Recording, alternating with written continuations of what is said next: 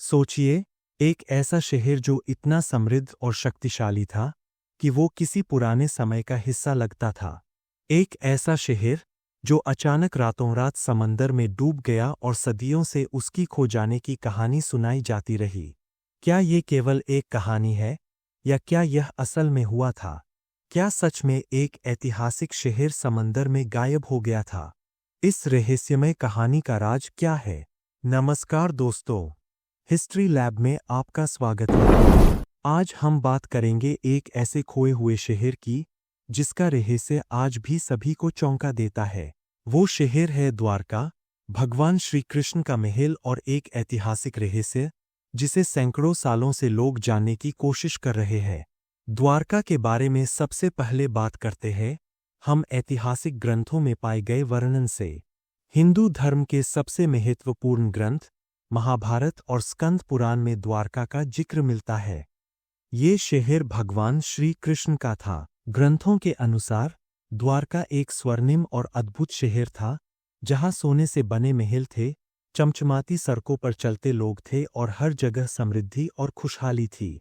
लेकिन कहानी का मोड़ तब आता है जब श्री कृष्ण ने इस शहर को छोड़ दिया और कुछ समय बाद द्वारका समंदर में डूब गया। लेकिन क्या ये केवल एक मिथक है, या क्या द्वारका वास्तव में इस तरह डूबा था? क्या यह शहर आज भी समंदर में दबा पड़ा है? द्वारका की खोज असल में कई सालों से जारी है। भारतीय समुद्र के किनारे द्वारका के बारे में काफी शोध किया गया है, लेकिन इस खोज में हमें क्या मिला? 1980 के दशक में समुद्री पुरातत्वज्ञ डॉ.आर. राव ने द्वारका के समुद्र तट के पास कुछ प्राचीन पत्थरों के ढांचे का पता लगाया। ये ढांचे 120 फीट गहरे पानी में थे। इसने दुनिया को चौंका दिया।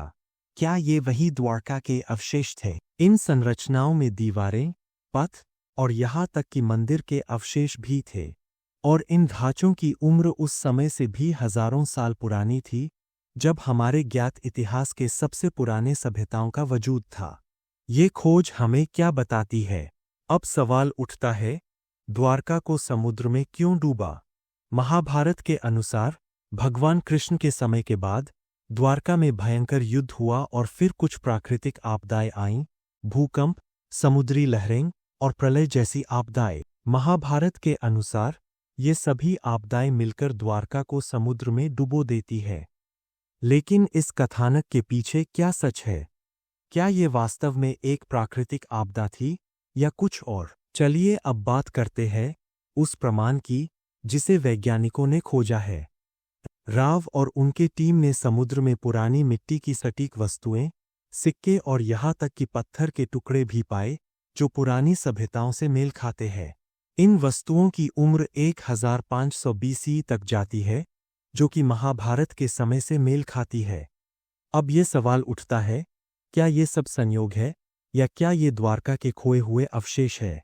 आजकल द्वारका की जो पहचान है वो भगवान कृष्ण के मंदिरों और उनके धार्मिक महत्व से जुड़ी हुई है। आधुनिक द्वारका एक ऐतिहासिक स्थल बन चुका है, लेकिन क्या प्राचीन द्वारका के अवशेष आज भी समुद्र के नीचे दबे हुए हैं? समुद्र के नीचे जो अवशेष पाए गए हैं वे आज भी हमसे एक सवाल पूछते हैं, क्या द्वारका वास्तव में एक प्राचीन शहर था, या क्या ये केवल एक धार्मिक कथा बनकर रह गई है? तो दोस्तों, द्वारका का रहस्य आज भी अधूरा है। क्या ये शहर सचमुच समुद्र में डूब गया था? क्या ये एक वास्तविक घटनाक्रम था, जैसा कि महाभारत में लिखा गया है, या फिर ये सिर्फ एक मिथक है जिसे हम अब तक मानते आए हैं? हम कभी नहीं जान पाएंगे कि द्वारका के रहस्यों का असली मतलब क्या है, लेकिन जो हम जानते हैं वह यह है कि द्वारका का इतिहास आज भी दुनिया को हैरान करता है। अगर आपको यह वीडियो पसंद आया हो तो लाइक करें, शेयर करें और हिस्ट्री लैब को सब्सक्राइब करना न भूलें। तब तक के लिए हमेशा सवाल पूछते रहें, इतिहास की गहराई में खो जाते रहें और नए राज का पीछा करते रहें।